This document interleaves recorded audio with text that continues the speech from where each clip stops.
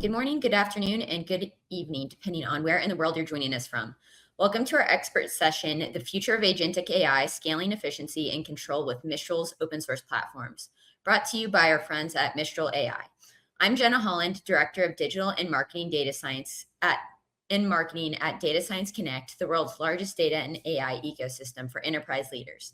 Today, we're excited to welcome attendees from all over the world to explore how Agentic AI, powered by Mistral's open source platforms, can help enterprises scale efficiency while maintaining control. We're honored to be hosting Aaron Delp, Head of Technical Marketing at Mistral AI today, who will delve into the transformative potential of Agentic AI, where AI systems don't just respond to queries, but actively reason, collaborate, and execute tasks across complex workflows. Whether you're optimizing supply chains, automating customer interactions, or enhancing decision-making, Mistral's platforms provide the tools to create AI agents that drive efficiency and innovation. This session will explore how Mistral's commitment to open source models enables enterprises to build, deploy, and scale intelligent, autonomous systems tailored to their unique needs while maintaining full sovereignty over their AI infrastructure. Before we begin, a few housekeeping items. To make this feel a little more in person, we suggest you add a photo to your profile and include your bio, LinkedIn profile, and other information you want your fellow attendees to see. Next, please take advantage of the Q&A and chat features in the right sidebar. We'll be addressing your questions throughout the webinar, so be sure to upvote the questions you'd like the panel to address.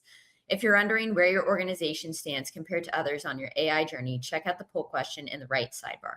And finally, to learn more about how to transition beyond prototypes and build production-ready, enterprise-grade AI applications, check out the call to action below throughout the webinar from Mistral. Now, without further ado, let's kick off this session with Aaron. Hi, Aaron. Welcome to the stage.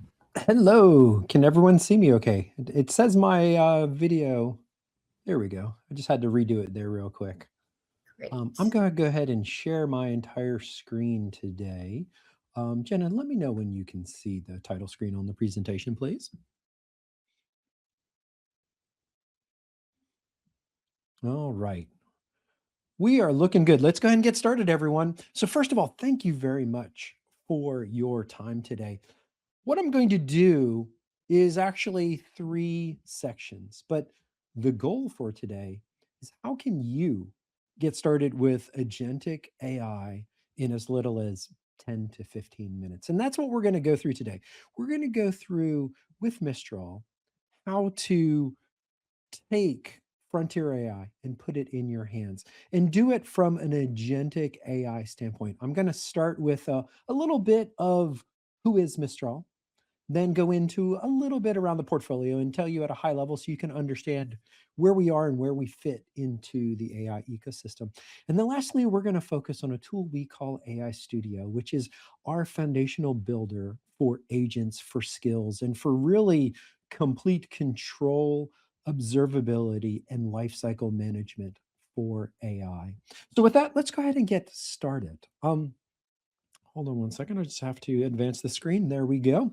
So I'm going to ask you first to focus in the lower left corner. Who is Mistral? Well, first of all, frontier AI science company, but with the idea of maybe different outcomes than others are used to. We're prioritizing real customer outcomes. That means time to, excuse me, that's a mouthful, time to sustained value over just superficial prototypes. And I'm actually going to talk specifically about that as we get into AI Studio. And that also means ROI over benchmarks. And one of the big ones here is customer control. One of the big mottos here is owning your AI. This isn't renting AI. This is owning your AI and putting AI in your hands, full stack, top to bottom. And we're going to tell you how to do all of that today. And one other interesting note before I move on, the number of folks in the organization. We just recently announced a little over 1,000 Mistralers worldwide. And for those that have attended these before, maybe the last time I did this, I think the number was 500 or 600. So we're growing very significantly. And that is, of course, to meet customer demand and meet customers where they are worldwide. Now, what I wanted to do, though, is also take that, why are we different, and break it down even just a little bit further. And by the way, as I go through all of this, as Jenna mentioned, make sure you ask questions in the Q&A tab. We're definitely going to have time for that at the end. But the idea today is transformative. You're going to hear this word a lot in this introductory section. Transformative, transformative, transformative, transformative. Today's AI solutions, they're not transformative. And why is that? Because off the shelf AI, it often optimizes for the wrong outcomes. You might have heard the term leaderboard maxing, right? There's always lots of benchmarks out there, and everyone wants a great model that performs and is at the top of the benchmarks for a day or two. Well, what does that mean for the enterprise? What does that mean for business outcomes? What does that mean for your organization? There is a reason why, and the MIT study down below is sourced and cited so often. About 95% of enterprises don't see the return they're looking for. And the reason why is because the AI isn't transformative. It doesn't integrate domain specific intelligence. It doesn't offer deployment flexibility. It doesn't meet you where you are. And because of that, you don't get those business outcomes you're looking for. Because at the end of the day, long term viability and ROI needs to be driven by your domain intelligence integrated into your enterprise and really this end to end transformation. So let's talk about that transformation a little bit and what that can look like. Well, so first of all, the look at the off to the left-ish, not all the way on the left, but the orangish boxes there. They're data sources in your organization. Every organization has these. There might be engineering tickets, there might be ERP or CRM systems, might be a data lake. Something else I cite pretty frequently is just unstructured files all over your organization, maybe in a Google Drive, maybe in OneDrive, maybe on some file share somewhere, maybe stuck in email as attachments. We all know there is files everywhere in organizations. Well, how do you take all of that and make that usable everywhere? And that is one part of creating your AI. Another part is, of course, the expertise, the process, the data, and the insights, all of those less tangible pieces that make up critical infrastructure and critical pieces to your AI. And it allows us all to deliver this competitive advantage we're all looking for. How do we make smarter decisions? How do we go faster? How do we have more autonomous operations? How do we get deeper insights? And how do we get continuous improvement? Now, continuous improvement is something we really need to double click into, and let's do that. So, you'll hear me mention this many times, the AI flywheel. How do we create an AI flywheel in your organization? Where there is this idea of taking those domain specific inputs and ingesting all of that. And then not just your specific information, but proprietary models continually pre and post trained so that you have continuous improvement. Think of it as an application. Your application, it's version 1.0, then version 1.1. And the whole idea is serve that model, gather feedback, and then continue to improve that over time. And the idea then is this transformation that I've talked about. How do you get to it? Well, there's a bunch of pieces, and it's almost like Lego pieces stacking on top of each other, if you will. One component is frontier science, for sure, delivered directly to you. The world's best open models with an applied science team and FDEs, if you've heard that term here recently, forward deployed engineers. It's something I'm going to talk about more shortly. And then taking that and custom purpose built technology, continuously training everything.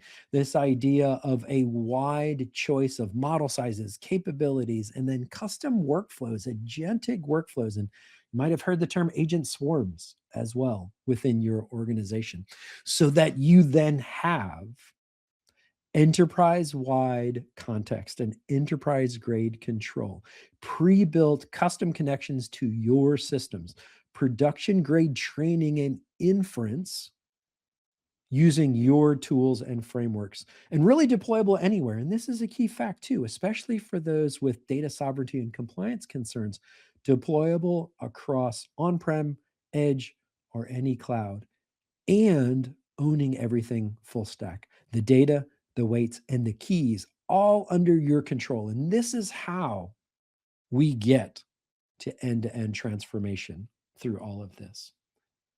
Now, here at Mistral, we actually have a 3-step process to achieve all of this. Step 1, build. Step 2, activate. And step 3, realize that value. So the idea is take those 3 steps, deploy them anywhere, govern it safely, and continuously improve that. And what does that look like within our portfolio? So the Mistral Suite is, I'm going to start at that build, and the build is actually in the middle. We've got 2 tools there. Forge. Forge is a subset of Studio. Now, I'm not actually going to talk about Forge a lot today. I've talked about Forge on a previous webinar, and I encourage you to go look it up in the DSC archives. But I'm going to talk about Studio today. I'm going to talk about Studio, which is where we build agents and models and workflows and skills, and then deploy them out in Vibe for Work and Vibe for Code. So AI-enabled business processes. So the idea here is for us that are builders and behind the scenes or behind the curtain, if you will, how do we have the tools to build everything, manage everything, and really have lifecycle management around all of this, and then enable the users within our organization to use those tools? And that's part of that 10-minute demo that I'm going to show you here in just a bit. So once we get to activate, I kind of already mentioned it, but it's the Vibe section, Vibe for Work, Vibe for Code. Whether you're doing software engineering or just day-to-day business processes and workflows, and then you realize it through custom solutions. The idea of solutions, though, really needs its own section. Now, I come from a solutions background. I did pre-sales and post-sales solutions engineering in the field for many years and spoke to many organizations. And this idea of, okay, great, I need to take these tools and these documents and get them all together to put them into some kind of workflow that is specific to my organization. So maybe I'm doing document processing. Maybe there's document processing, there is a knowledge search tool that's out there, and I want to take all of that and combine all of that into a multi-step workflow with automation. Once I do that, what does that get you? Well, that gets you what's in the middle there. You can create customer support agents. You can contract drafting. You can do compliance automation, which, quick aside, for anybody out there that's done compliance automation, or excuse me, just compliance checking in general.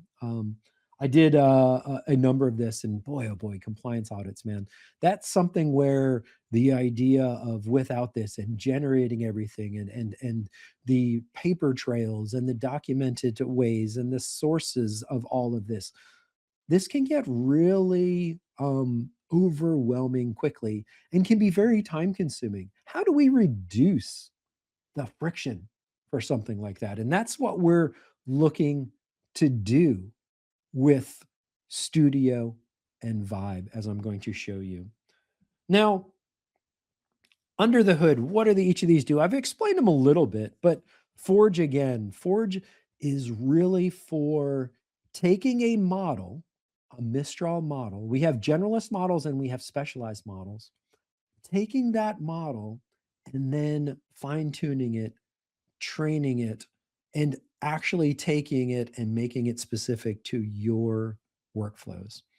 Studio, agentic workflows, end-to-end observability, data and model registries, and then enabling that to go into things like enterprise search and data analysis and visualization and document and audio processing as well. Now, you may be asking yourself, that's great. Everything up until now, though, was just a little bit of background. Tell me a little bit about how you can help me. And this is Mistral with customers around the world, with verticals around the world.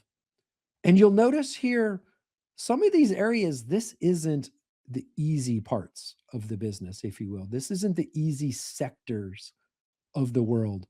These are some of the hardest, most challenging customers in the world. You look at defense, you look at aerospace, you look at manufacturing, you look at healthcare, a lot of highly regulated industries, a lot of industries with a lot of compliance. You look at financial services and everything that has to go into compliance around them. Let me give you just a couple quick examples of something like that. So in the technology section, there's Cisco.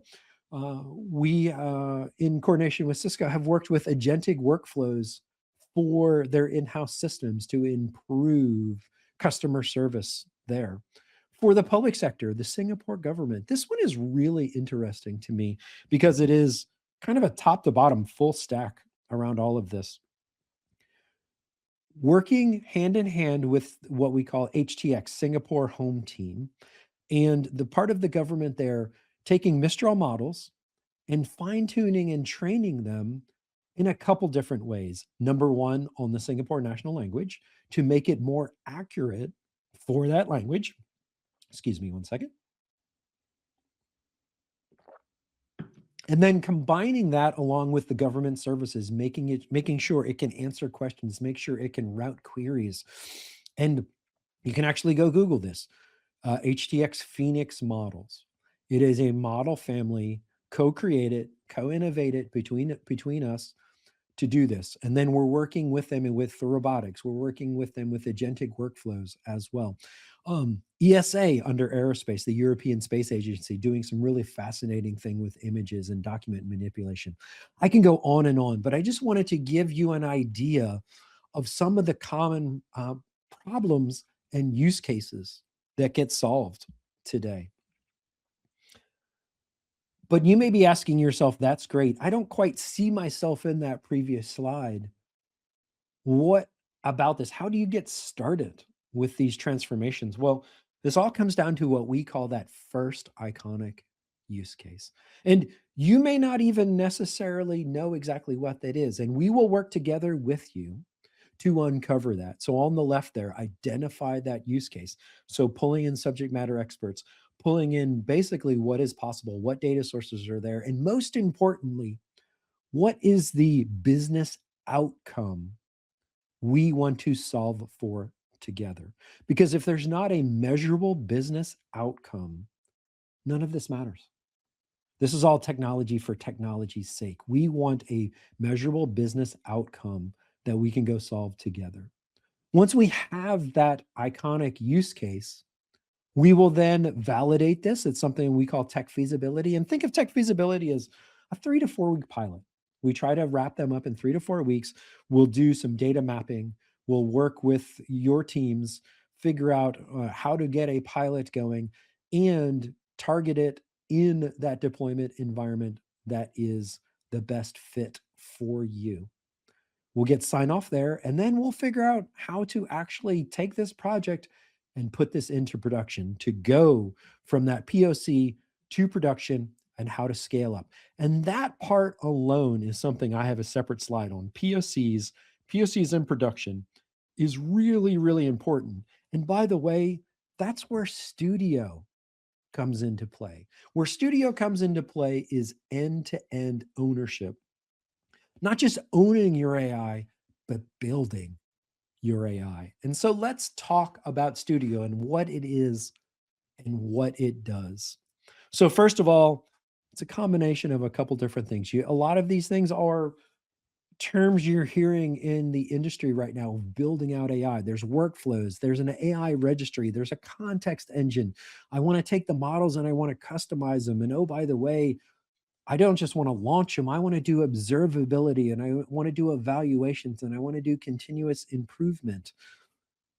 This is the heart of Mistral Studio, built for production.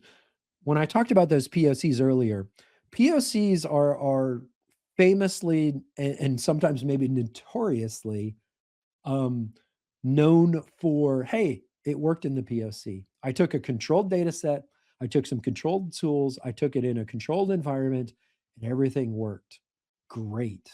What happens when you take something that worked in, the number of tens, maybe the number of hundreds, and we take it to thousands, to millions? How do you scale that up, and how do you build for production? This is what Studio is designed for. Not just that, but building those production environments, building in that resiliency, building in that observability to ensure there's governance and compliance, but at the same time going faster, accelerating effortlessly within the organization. And what you'll see here is the advantages of all of this: faster iteration, measurable quantity, deep observability. Now, I'm going to go into I really want to get you started today.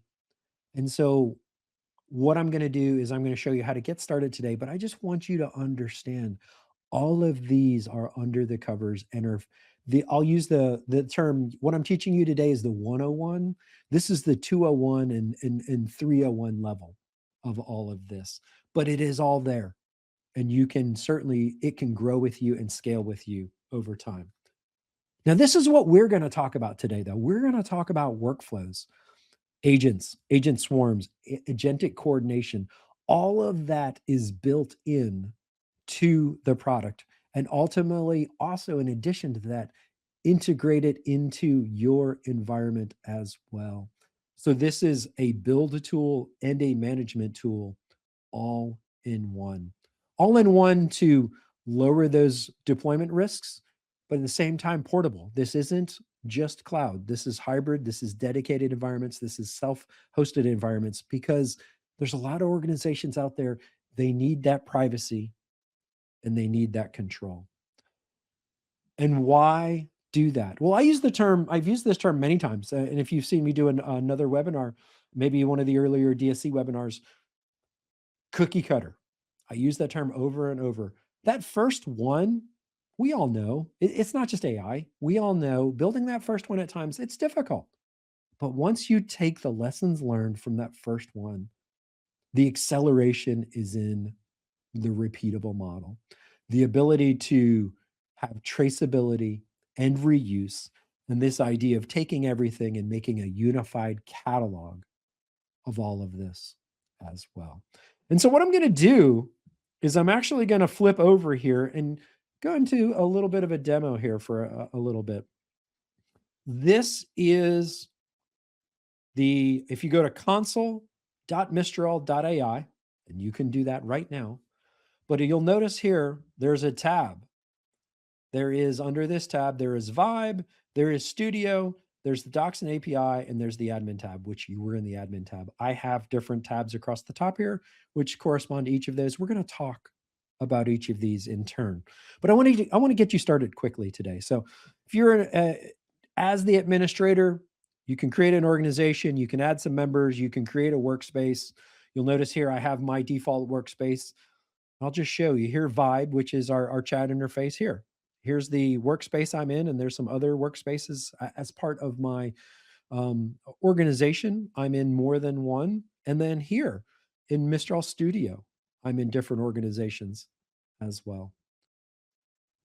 Now, if I go to the audit logs, I want to show you, as an administrator and manager of all of this, you can see everything is logged, whether it's human, was it a skill, was it something else? Exactly how was this run and where? You also have the ability at a global level for your organization to integrate connectors. So there's GitHub, there's Slack, there's all of them that are kind of in here. If I click on Gmail, I would just go in, I could say connect, and it would connect it for my entire organization. So giving you that authoritative control over your organizations. I can also go in and manage the subscriptions within my organization, which is something else I can do here. I can kind of click on each of these and enable or disable things as needed. And let's show you one in real time. Here's preferences. There's something in Vibe called work mode. And I'll show you right here. There's work mode. I have 3 different tabs here. Now, work mode is designed for agents and multi-step tasks, well, I'm just going to disable it. Go over here. I'm now a user in the organization. Oh, the tab's gone. Look at that. I no longer have work access. Well, one of the demos I'm going to do actually requires that. I'm going to turn it back on. So let's go ahead and turn it back on and go back here. And there you go. My work access is back. So you can see how dynamically this works within the organizations. But also, too, you may have heard a term in the industry, token maxing, lately. Hey, my organization, I want to use as many tokens as I possibly can. Well, guess what? We can set limits, tokens per second, tokens per minute. We can set different auditing features. We can actually disable file downloads. There's the ability to control at an organization level the value of all of this that this brings. Now, this kind of is a quick overview of the admin tab. I wanted you to see that it is there. It is a little bit behind the scenes. It is a little bit of set it and forget it unless you run into a problem and you want to do that traceability and observability. And I wanted to flip over now to Studio.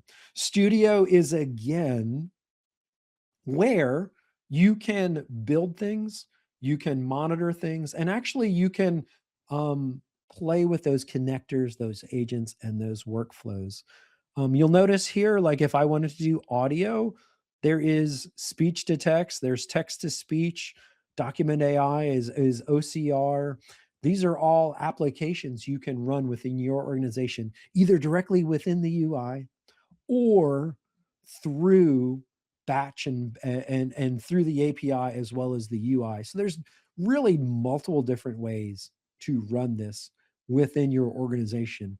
And I've covered these in previous webinars as well. So what I'm going to do today is I'm actually going to talk about workflows, this agentic workflows, if you will. And oh, by the way, here's some test cases. There's an insurance claim. There's cargo release and compliance for a manufacturing and cargo company. There's dangerous goods validation. Where did I get these? Well, you'll notice here, if I click get started, here's how you do it. Get your API keys, you set everything up, you do it here. And oh, by the way, explore cookbooks. Explore cookbooks takes me to this site, shows you how to set everything up.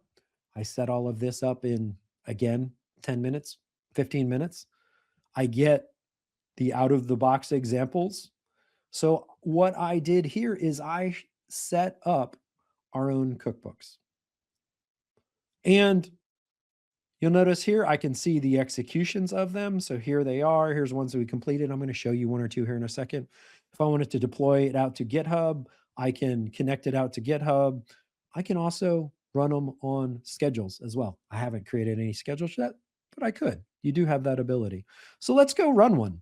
So I'm going to take this. Let's just take this code modernization. I'm going to start this. I'm going to run it.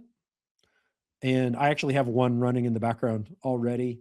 But you'll notice here, this is a long-term task. There's a bunch of different files, and it's going to one through one. It's going to go through. It's going to take the code. It's going to modernize it. It's basically doing a bunch of code edits to it, and then it's going to check them off as they go.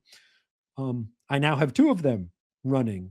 I can go ahead and also go into, let's see, let's go into, let's go run this one. Actually, let's go run this one as well. Oh, that's the one I already ran. Sorry, I'm getting mixed up in my ones here. Let's go run this one. So I can go, this one runs super quick, by the way. I want to say it's a second, maybe even less than a second. But you can see, oh, it already ran. So as I'm executing these, I'm getting completions here. I'm getting ones that are running here. I'm going to let all of that run. And I'm actually going to come back to that here shortly. But I wanted to give you an idea of a power of these workflows and how easy it is for you to get started and see for demonstration purposes, and then also start to build them specific to your organization. But I want to show you one last one, which is skills. We've all heard about skills. Now, I have in the old days of my computer science degree, the first time you ever learned a language is always like, hey, do a hello world. So I did a hello world skill. All it is hello dash world. And if I put that into my chat, I will get hello world with a bunch of exclamation marks. Yes, I know it's super simple, but I'm just showing you, you create a skill and you can publish it. This is published in Vibe. So what we did here is I created a skill as the administrator. Now let's say just switch hats for a second or switch chairs for a second. Okay, I'm now a Vibe user. And if I wanted to go here, I could have skills. There's some pre-built skills. Oh, by the way, here's my hello world. I'm going to run my hello world. It's going to go off and think. And while it's doing that, I'm going to go back here, just kind of showing you this all can kind of run extremely seamlessly. All of those ones that were running before are now completed. If I go back here, it's still working. It's reading. It's like, oh gosh, hello world. This skill, we can just go ahead and print out hello world. So I'm going to come back to that again as well. And while I'm doing that, I also want to finish on a final note. You'll notice in all of these tabs, there's docs and API. Here's the documentation and API page. Everything I talked about, those cookbooks to get started, the examples for workflows, as well as OCR cookbooks, as well as speech to text cookbooks, all of that is included on the site, as well as overview of all of our models in case you want to pick a model. And there is a quick start section as well. So now you'll notice here, oh, yes, it came back, it ran the skill and it printed hello world. So that's how you get started. Again, console.mistral.ai. If you want to look at the cookbook examples, you just need a Mistral account, you need Python, you need UVX, you need a Mistral API key. You can set it up extremely quickly and get started and start playing around right now today. So with that, what I'm actually going to do is close us out. And I'm going to close us out with this kind of statement, if you will. You've heard me, the word of the day, transformative. Own your AI. Don't rent your AI. Why? Because if you own your AI, it leads to transformative solutions. Mistral, trusted by some of the world's largest organizations for some of the world's most difficult problems as well. And with that, Jenna, do we have questions? I'm going to pull up the Q&A tab on my other monitor while we're talking here. Let's see. Okay. We do have a question here, and I apologize because it normally, I think it would say who it was from, and it doesn't. So I apologize. I can't give you credit. But it does say, how does Mistral stack up against Quen when it comes to running models when it comes to running either locally? So when you say either locally, I'm assuming you talk about Mistral models and Quen models. What I'm going to talk about here is I'm going to talk about the models specifically. And then I'll talk a little bit more about agents and agentic AI as well as we kind of talk about these specifically.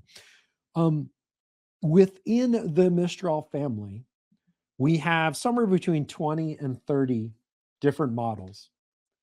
And a number of the other organizations that are out there have a number of different models as well. I'll give you a for instance. What time is it now? It is 2:35 p.m. Eastern. At 10 a.m. this morning, we released a robotics model. And so now, world state-of-the-art robotics model. Well, that one just came out today. 2 weeks ago, we released OCR. So OCR 4, state-of-the-art OCR model as well. And we have the idea of specialist models, like those robotics models, and we have generalist models, and our generalist models are by size. So small, well, actually mini, small, medium, and large. And so when it comes to comparing against Quen, of course, there's categories like that of call it say 10 billion parameter or less, 100 billion parameter or less. I'm kind of making these up as generalizations, 200 billion parameters or less, or 500 billion parameters or more. There is models in each of those categories.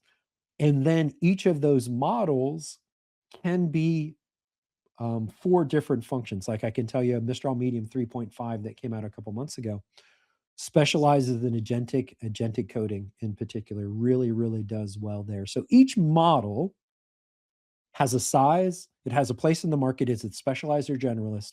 And then it has within it, if it's a generalist, things it's much better at. Does it have a vision encoder as well as text encoder? Is it multimodal? There's many different ways. And so unfortunately, like, hey, how does it compare Mistral to Quen? It depends. And the reason why it depends on your needs. What size model do you need? What features do you need?